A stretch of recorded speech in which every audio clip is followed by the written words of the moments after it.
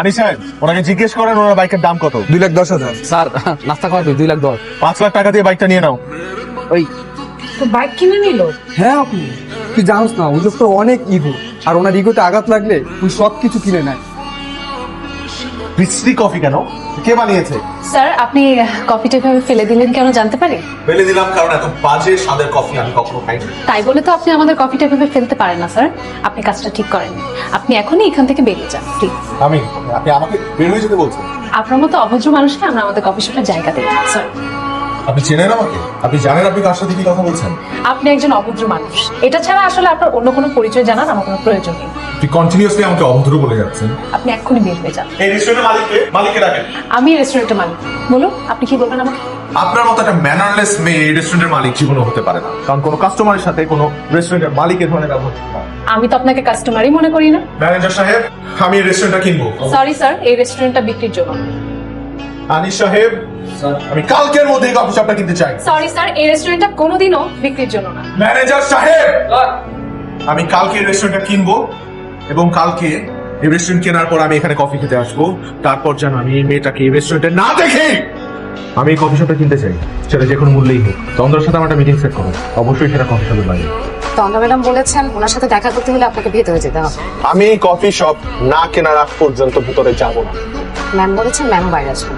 আনিস সাহেব, আমি এই মানুষটা সম্পর্কে সব ধরনের ডিটেইলড ইনফরমেশন চাই।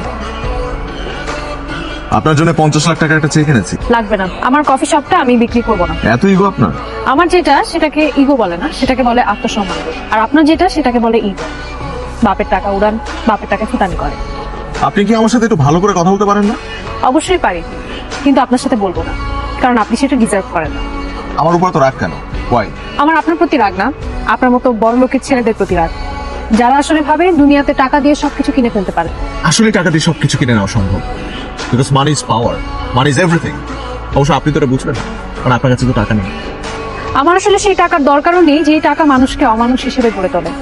আমি এখন যা আছি খুব ভালো আছি। অবশ্য আমি আপনাকে বোঝাতে চাই যে টাকা দিয়ে সবকিছু আপনি কিনতে পারবেন না। টাকা দিয়ে আপনি একটা 5 স্টার হোটেল থেকে কিনতে পারবেন, কিন্তু আমার যে ছোট ক্যাফেটা আছে না, সেটা আপনি কখনো কিনতে পারবেন না। মাইন্ডেড।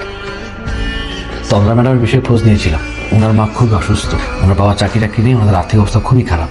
বিদেশ নিয়ে যেতে হবে, অনেক টাকার প্রয়োজন স্যার।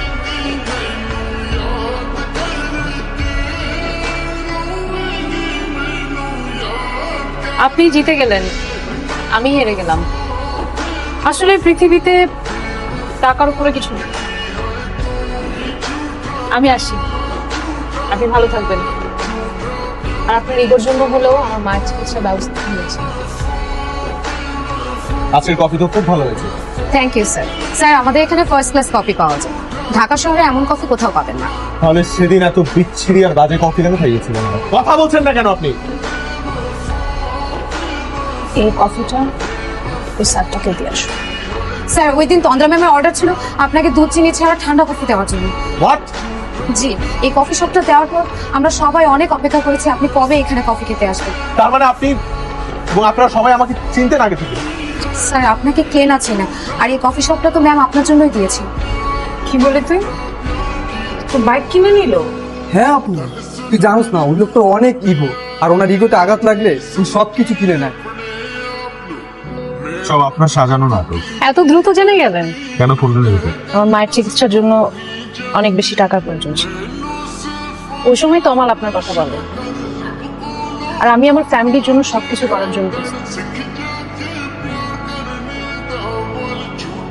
আপনারা নিশ্চয়ই মা আছে। আপনার মার যদি এরকম কোনো বিপদ হতো, আপনিও নিশ্চয়ই আপনার সর্বস্ব দিয়ে চেষ্টা করতেন। আমিও তাই করেছি।